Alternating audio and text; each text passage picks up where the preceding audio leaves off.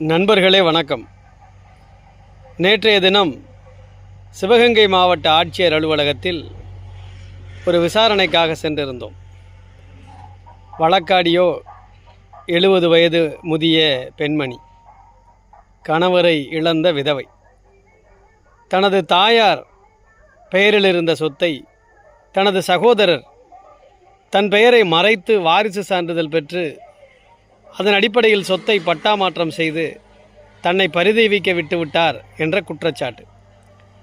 இதற்காக தன் தாயாரினுடைய வாரிசு சான்றிதழில் தன் பெயரை மறைத்து வழங்கிய வாரிசு சான்றிதழை ரத்து செய்து அதன் அடிப்படையில் வழங்கிய பட்டாவை ரத்து செய்து தன் பெயரையும் அந்த பட்டாவில் சேர்க்க வேண்டும் என்கின்ற உத்தரவிற்காக அந்த வாரிசு சான்றிதழ் வழங்கிய வட்டாட்சியர், வருவாய் ஆய்வாளர், கிராம நிர்வாக அலுவலர் மீது நடவடிக்கை எடுக்க கோரி கொடுத்த மனுவினை பல்வேறு அலுவல்களில் அது நிலுவையில் இருந்தாலும் இறுதியாக சென்னையிலிருந்து வந்த அறிவுறுத்தலின் பேரில் மாவட்ட ஆட்சியர் விசாரணைக்காக வருகை தருகிறார்.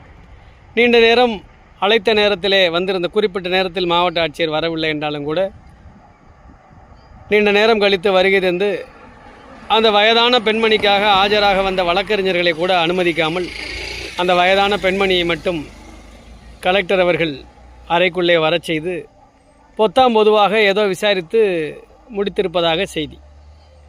இதில் உண்மையான செய்தியை விசாரிக்க வேண்டிய கிராம நிர்வாக அலுவலரும் வருவாய் ஆய்வாளரும் அதை பற்றிய உண்மை நிலைமையை அறிவிக்காமல் ஏற்கனவே மோசடியாக வழங்கப்பட்ட வாரிசு சான்றிதழின் அடிப்படையில் வழங்கப்பட்ட பட்டா மாறுதல் உத்தரவை கொண்டே வருவாய் கணக்குகளில் இதர் பெயரில் இருக்கிறது, இவர்கள் பெயரில் இருக்கிறது என்ற அறிக்கையை மட்டுமே மீண்டும் மீண்டும் சமர்ப்பிக்கிறார்கள். அந்த வயதான பெண்மணியுடைய கோரிக்கை என்னவென்றால், வழங்கப்பட்ட வாரிசு சான்றிதழ் தவறு, அதன் அடிப்படையில் வழங்கிய பட்டா மாறுதல் உத்தரவு தவறு, அதில் தான் மோசடி நடந்திருக்குங்கிறதான் குற்றச்சாட்டே.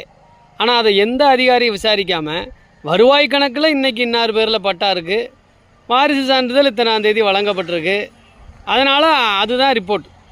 என்ன நடந்துச்சுங்கிறதுக்கான ரிப்போர்ட்டே இல்லை, என்ன கணக்கில் இருக்குங்கிறத மட்டும் சொல்லி அதன் அடிப்படையிலேயே அந்த வழக்கை முடித்து வைக்கிறதுக்கு தான் மாவட்ட நிர்வாகம் முயற்சி பண்ணுது. இது இந்த ஒரு வழக்கில் மட்டும் இல்லைங்க, தமிழ்நாட்டில் பல பேர், பல சாமானியர், ஏழை மக்கள் இப்படித்தான் தவித்து கொண்டிருக்கிறார்கள். வருவாய்த்துறையினர் செய்த தவறை வருவாய்த்துறையினர் எந்த காலத்திலும் காட்டி கொடுக்க மாட்டார்கள். அவர்களுடைய அதிகாரிகளை அவர்களே காப்பாற்றுவார்கள்.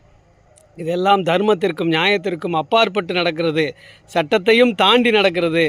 இதை போன்று தமிழகத்தில் மட்டுமல்ல, இந்தியாவிலும் சரி, எல்லா அலுவலகங்களிலும் இதை போன்று ஏழை மக்கள் காத்து கொண்டும் அலைந்து கொண்டும் தான் தெரிகிறார்கள்.